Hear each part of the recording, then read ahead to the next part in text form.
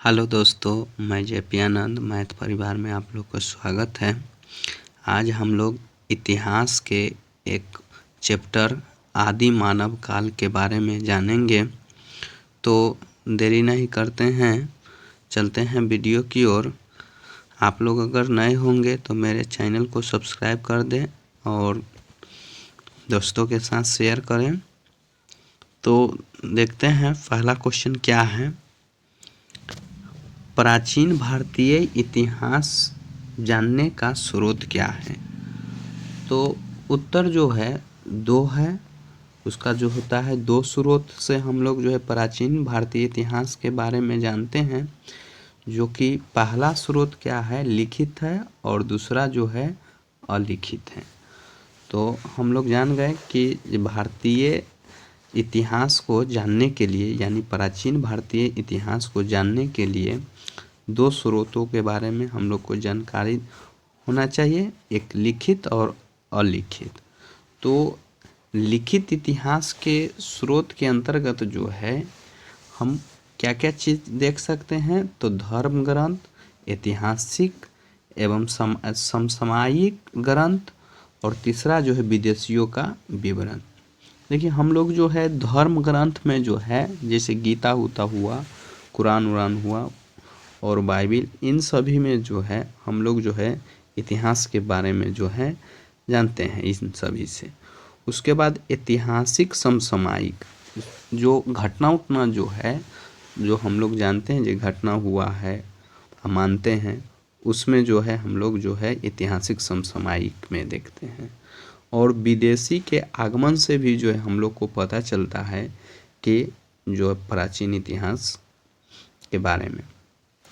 और उसके बाद जो है अलिखित इतिहास के स्रोत क्या होता है। तो अलिखित पुरातत्व के आधार पर जो है हम लोग सिंधु सभ्यता के बारे में जाने हैं, और अवशेष के आधार पर, और सिक्का यानी जो है यमन राजा के बारे में जो है हम लोग जो है सिक्का में दर्शाया गया है समुद्रगुप्त को, उसके बारे में जो है हम लोग जानते हैं अवशेष से।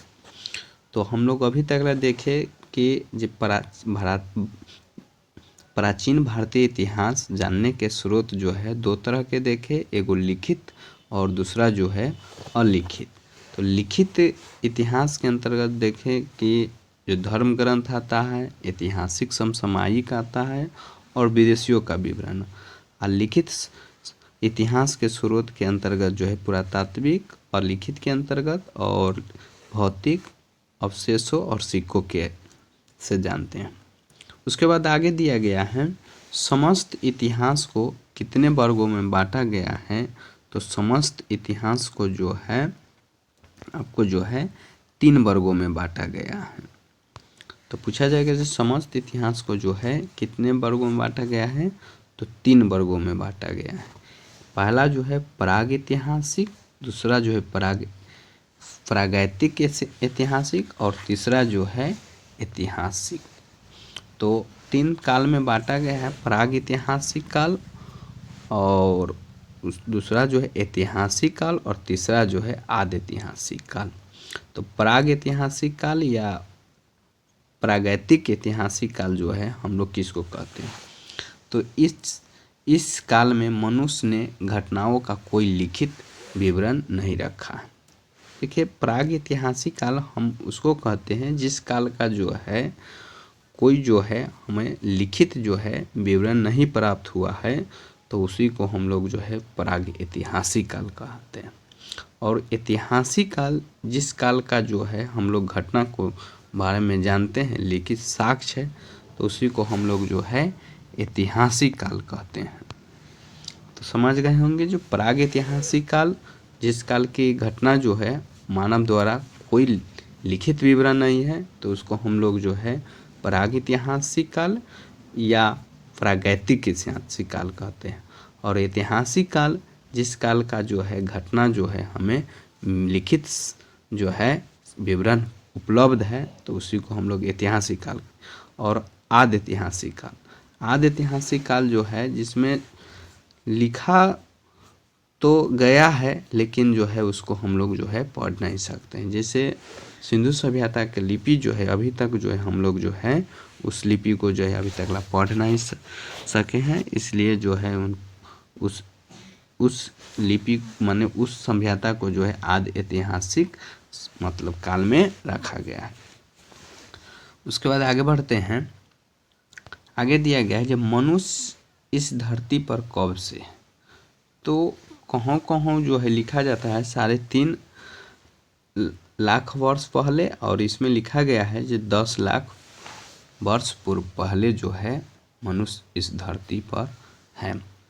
तो याद रखिएगा, अगर दोनों अगर जो रहेगा तो 3.5 लाख यानी माना गया है, इसमें 10 लाख दिया गया है लेकिन 3.5 लाख ही माना जाता है, तो याद रखिएगा। उसके बाद दिया गया जब ज्ञानी मानव का प्रवेश इस धरती पर कब हुआ है, तो लगभग जो है ज्ञानी मानव का इस धरती पर जो है प्रवेश जो हुआ है 30,000 वर्ष पूर्व पहले हुआ। तो याद रखिएगा जो ज्ञानी मानव का जो है, जिसको हम लोग ज्ञानी मानव को होमो सेपियंस के नाम से जानते हैं, तो उनका जो है लगभग जो है 30,000 वर्ष पहले जो है एंट्री हुआ है यानी प्रवेश हुआ। उसके बाद आगे बढ़ते हैं। मनुष्य की सभ्यता का प्रारंभिक काल किस युग को माना गया है, तो मनुष्य की सभ्यता का प्रारंभिक काल जो है पाषाण युग को माना गया है। और पाषाण युग को जो है जो 3 वर्गों में बांटा गया है, जो कि प्रथम वर्ग में आता है पूर्व पाषाण काल, और दूसरा जो है मध्य पाषाण काल, और तीसरा जो है नव पाषाण काल। याद रखिएगा, जो प्रथम जो है पूर्व पाषाण काल, दूसरा जो है मध्य पाषाण काल, और तीसरा जो है नव पाषाण काल आता है। उसके बाद आगे बढ़ते हैं, सभी को बारे में जानते हैं कि पूर्व पाषाण काल क्या था। तो पूर्व पाषाण काल में जो लोग जो है ना शिकार करने का जो है मतलब जो है सीखा था, जो उस काल में जो है शिकार करने को सीखा था। और खाद्य संग्रहण काल भी जो है के नाम से भी जो है पूर्व पाषाण काल को जानते हैं। और उसमें जो है पूर्व पाषाण काल में ही जो है गुफा में घने वृक्षों के नीचे यानी गुफा में रहने लगे थे लोग, और घने वृक्ष के भी जगह और आग जलाने के भी जो है पूर्व पाषाण काल में ही जो है मानव सीखा था। तो याद रखिएगा, शिकार करना और खाद्य संग्राहक काल भी कहा गया है, और गुफाओं में और वृक्षों के नीचे और आग जलाने का भी जो है सीखा था मानव। उसके बाद आगे दिया गया है आदि मानव ने सबसे पहले क्या सीखा, तो आग जलाना सीखा। याद रखिएगा। उसके बाद दिया गया है जी आदि मानव ने सर्वप्रथम किस पशु को पालतू बनाया, तो कुत्ता को जो है पालतू बनाया था। याद रखिएगा। और सबसे खोज जो है महत्वपूर्ण खोज जो है किया था वो पहिया का खोज किया था। याद रखिएगा। तो आदि मानव ने सबसे पहले जो है क्या सीखा था, आग जलाना सीखा। उसके बाद आदि मानव ने सर्वप्रथम जो है किस पशु को पालतू बनाया, तो कुत्ता को बनाया। और आदि मानव ने सबसे महत्वपूर्ण खोज जो है क्या किया, तो पहिया के खोज किए। उसके बाद आगे बढ़ते हैं। आगे दिया गया है महाराष्ट्र के बोरी नामक स्थान पर मिले अवशेष किस काल के हैं, तो याद रखिएगा पूर्व पाषाण काल के जो है महाराष्ट्र में बोरी नामक स्थान पर जो है अवशेष मिला है पूर्व पाषाण काल के। पूर्व पाषाण काल के अवशेष भारत के किन किन स्थानों में पाया गया है, तो याद रखिएगा सिंगरौली घाटी मिर्ज़ापुर में पाया गया है, बेलन घाटी इलाहाबाद में, और भीमबेटका भोपाल में। याद रखिएगा सिंगरौली घाटी कहाँ है, तो मिर्ज़ापुर यानी उत्तर प्रदेश में। बेलन घाटी भी जो है आपको जो है इलाहाबाद उत्तर प्रदेश में है। भीमबेटका जो है मध्य प्रदेश भोपाल में है। याद रखिएगा।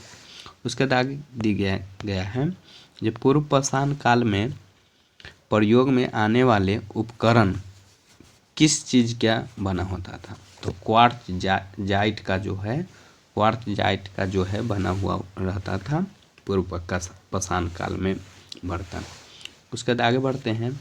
मध्य पाषाण काल में उपयुक्त होने वाले बर्तन किस चीज़ के बने होते थे, तो जेस्पर एगेट एवं चटके बने होते थे। याद रखिएगा, जिस पर एगेट एवं चटके बने होते थे। उसके मध्यपाषाण काल में दिया गया है, जब मध्यपाषाण काल में उपयुक्त बर्तन को क्या कहते थे। तो उपयुक्त बर्तन को जो है जब उसके द्वारा जो है प्रयोग किया जाता था, उस बर्तन को जो है माइक्रोलिथ कहा जाता था। तो मध्यपाषाण काल में जो बर्तन प्रयोग होता था उसे क्या कहा जाता था, तो माइक्रोलिथ कहा जाता था। उसके बाद आगे बढ़ते हैं। मध्यपाषाण काल के बर्तनों के अवशेष भारत के किन किन स्थानों में पाया गया। तो याद रखिएगा, मलवा, गुजरात, राजस्थान, पश्चिम बंगाल, उड़ीसा, आंध्र प्रदेश, मैसूर आदि में जो है मध्यपाषाण काल के जो है अवशेष, बर्तनों का अवशेष जो है पाया गया है। उसके 25 नंबर पर बढ़ते हैं।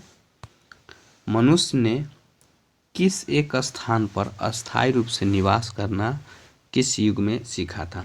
तो अस्थायी रूप से जो है निवास करना जो है सीख गया था, याद रखिएगा, नवीन पाषाण काल यानी नए पाषाण काल में, या उत्तर पाषाण काल भी जो है इसी को कहा गया है, चाहे नव पाषाण काल भी जो है इसी को कहा गया है।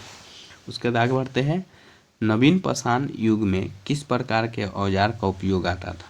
तो याद रखिएगा, कुल्हाड़ी उल्हाड़ी जो होता है, हंसुआ उसुआ, वो सब जो है नव पाषाण काल में ही जो है मिला है, और पत्थर के कुल्हाड़ी उस समय जो है बनाया जाता था। उसके बाद आगे बढ़ते हैं। वस्त्र बुनने की कला किस युग से शुरू हुआ है। तो वस्त्र बुनने की कला जो है नव पाषाण काल में ही जो है शुरू हुआ है, याद रखिएगा। उसके बाद आगे बढ़ते हैं। कृषि का आविष्कार एवं चाक का आविष्कार किस युग में हुआ है। तो कृषि एवं चाक का आविष्कार जो है नवे पाषाण काल में हुआ है, तो याद रखिएगा। उसके बाद आगे बढ़ते हैं। भारत के किस भाग में कृषि कार्य का पहला साक्ष्य मिला है। तो याद रखिएगा, सिंध, बलूचिस्तान, यानी जो है हम लोग जो है पश्चिमी भारत में जो है जो कृषि का साक्ष्य जो है सबसे पहले मिला है। उसके बाद आगे बढ़ते हैं। फसल काटने के औजार किस काल में बनाए गए हैं। तो फसल काटने के औजार जो है नव पाषाण काल में ही बनाया गया है। तो याद रखिएगा कि जो कृषि का आविष्कार जब और चाक का आविष्कार जब नव पाषाण काल में ही हुआ है, तो फसल काटने वाला भी जो है औजार भी जो है नव पाषाण काल में ही बनाया गया होगा। उसके आगे बढ़ते हैं। लास्ट क्वेश्चन है, ताम्रपाषाण युग किसे कहा गया है। तो ताम्रपाषाण युग जिस युग में मनुष्य ने छोटे छोटे पत्थरों के औजार के साथ साथ धातु के औजारों का उपयोग करने लगे, तो उसी को जो है ताम्रपाषाण काल युग कहा गया है। याद रखिएगा, ताम्रपाषाण काल युग जो है किसे कहा गया है, तो जिसमें जो है धातु का उपयोग होने लगा, तो उसी को कुछ काल को जो है ताम्रपाषाण काल, और ताम्रपाषाण में जो है 90% जो है तांबा ही होता था, इसलिए जो है ताम्रपाषाण कहा गया है। तो धन्यवाद। मेरा वीडियो अगर अच्छा लगा होगा तो मेरे चैनल को सब्सक्राइब करें। Thank you.